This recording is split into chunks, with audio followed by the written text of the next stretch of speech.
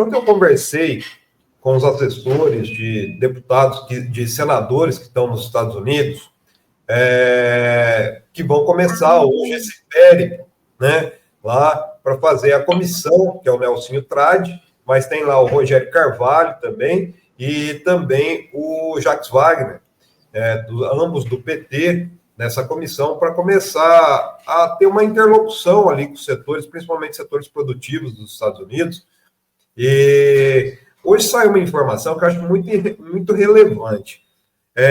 O que aconteceu semana passada para mim, foi uma grande reviravolta no caso, quando o encarregado de negócios procurou o Raul Jungmann, do IBRAM, para dizer do interesse do Trump em cima das terras raras no Brasil. Lembrando que o Brasil é a segunda maior jazida de terras raras no mundo, explorável, né? Está no Brasil, primeira está na China. Então, tem duas informações que saíram hoje que eu acho que são importantes. Uma delas diz respeito ao Steve Bannon. Steve Bannon, guru, né, do primeiro mandato do Trump, e o grande articulador aí da internacional neofascista, né, que é o Unicarne com o Eduardo Bolsonaro, que teria partido do Steve Bannon a pressão em cima do Trump, né, em conluio com o Eduardo Bolsonaro, para incluir a questão política da libertação do Bolsonaro na carta que ele anunciaria o tarifaço no Brasil. Então, o que eu entendo que foi divulgada nessa informação hoje pelo jornal o Globo é que, assim, a taxação seria feita, a pressão sobre o governo brasileiro seria feita justamente pela questão econômica e de domínio do subsolo, da questão dos minerais. Que são as terras raras, né, gente? Só fazer, tem uma matéria lá na revista Fórum também, mas abrindo um breve parênteses aqui, terras raras são os minerais que são essenciais para a transição energética. Então, hoje em dia, existe uma corrida pelo petróleo, pelo perfure do Trump, e outra pelas terras raras, que é o que sustenta, por exemplo, as baterias dos celulares, dos carros, que está na transição energética, né?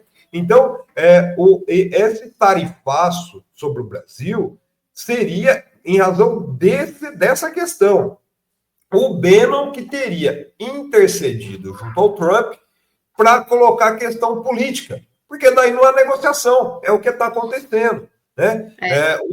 O Trump não tem negociado com ninguém, na verdade, que nem anunciou ontem um grande acordo com a Europa, mas foi um acordo desastroso. Ele humilhou a Ursula von der Leyen lá na Casa Branca, né? Então, assim, tem essa questão. E saiu uma outra informação, o Raul Jungmann, do IBRAM, que semana passada apareceu no Jornal Nacional, só como Raul Jungmann, não como ex-ministro do Temer, tudo que a gente já falou aqui. Ele deu uma outra entrevista ao Metrópolis, falando que ele foi procurado em abril por setores da mineração dos Estados Unidos, falando para estreitar a parceria no Brasil.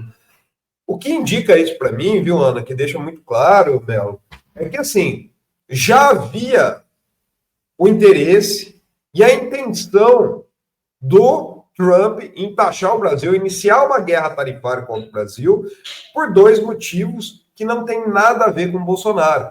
Uma é a questão dos BRICS, o Brasil à frente dos BRICS, e outra é essa questão das terras raras que foi revelada na semana passada, né? E o que aconteceu? O Bannon só fez o serviço de ir lá e pressionar, falou assim, coloca a questão do Bolsonaro aí, porque nisso aqui eles não vão retroceder. Então, em relação a isso, a gente acaba pressionando, porque o que está acontecendo na minha visão aqui, viu, gente, como espectador disso tudo, é que o Trump, ele tem a questão econômica e agora ele está levando a cabo também a questão política.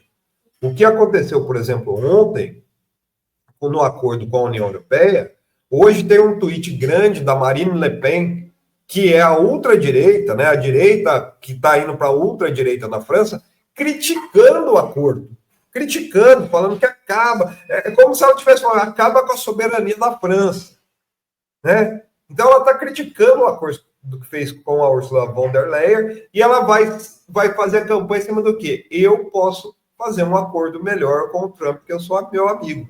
Então é muito clara a intenção do Trump e do movimento da Internacional Neofascista, com o Bannon à frente, de articular, usar essa guerra comercial e econômica para turbinar os candidatos neofascistas pelo mundo, viu, Animelo? Essa é a minha visão. Eu sei que essa decisão da União Europeia aí vai eleger muito candidato de direita em vários países da Europa, porque é uma vergonha. E a direita explora isso muito bem, o patriotismo, isso, aquilo. E vai... Você vê o que já está crescendo. Desde a guerra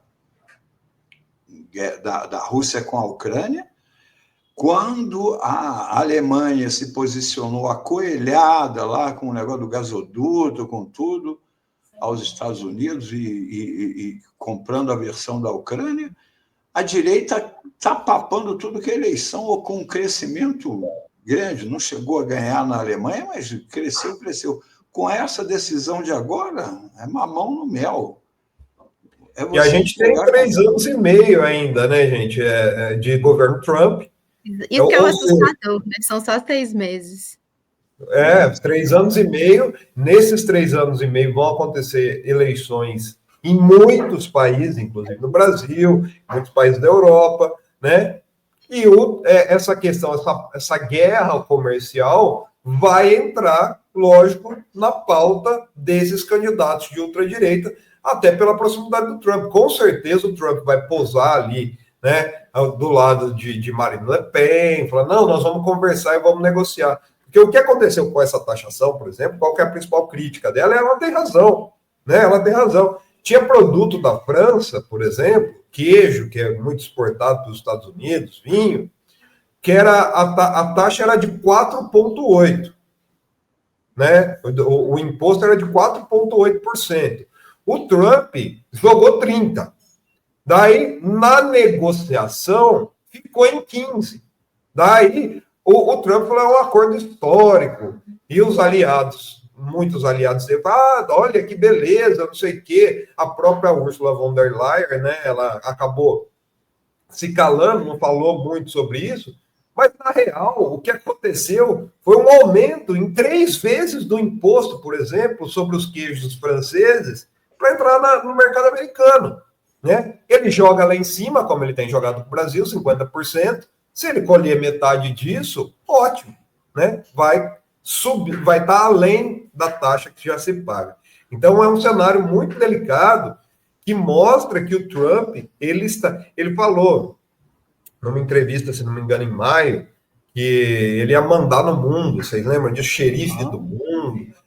E a ideia dele é justamente isso, né? É espalhar, propagar aí figuras, aberrações como ele nos governos, para que sejam todos servis e submissos, e durante essa transição energética, essa perda de poder que os Estados Unidos está tendo com a China, os Estados Unidos ganhem força e ganhem fôlego por mais alguns anos. Né?